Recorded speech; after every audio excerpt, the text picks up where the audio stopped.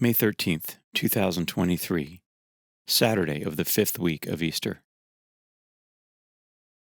A reading from the Acts of the Apostles.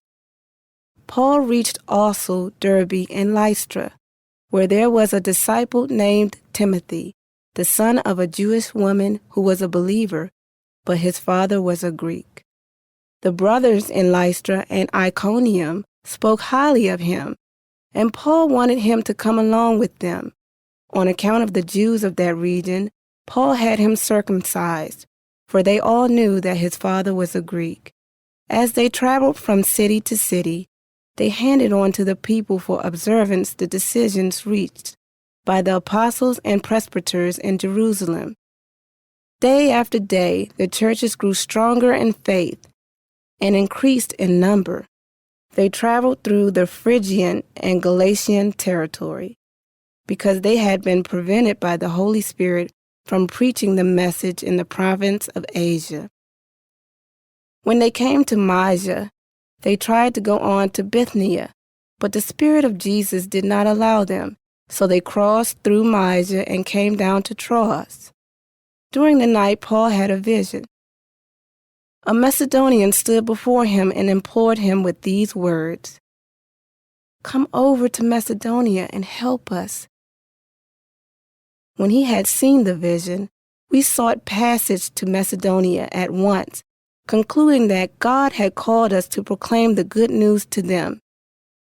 The word of the Lord. The responsorial psalm. The response is, "Let all the earth cry out to God with joy." Sing joyfully to the Lord, all you lands. Serve the Lord with gladness. Come before him with joyful song. Let all the earth cry out to God with joy. Know that the Lord is God. He made us, his we are, his people, the flock he tends. Let all the earth cry out to God with joy. The Lord is good, his kindness endures forever, and his faithfulness to all generations. Let all the earth cry out to God with joy. A reading from the Holy Gospel according to John. Jesus said to his disciples, "If the world hates you, realize that it hated me first. If you belong to the world would love its own. But because you do not belong to the world, and I have chosen you out of the world hates you. Remember the word I spoke to you. No slave is greater than his master.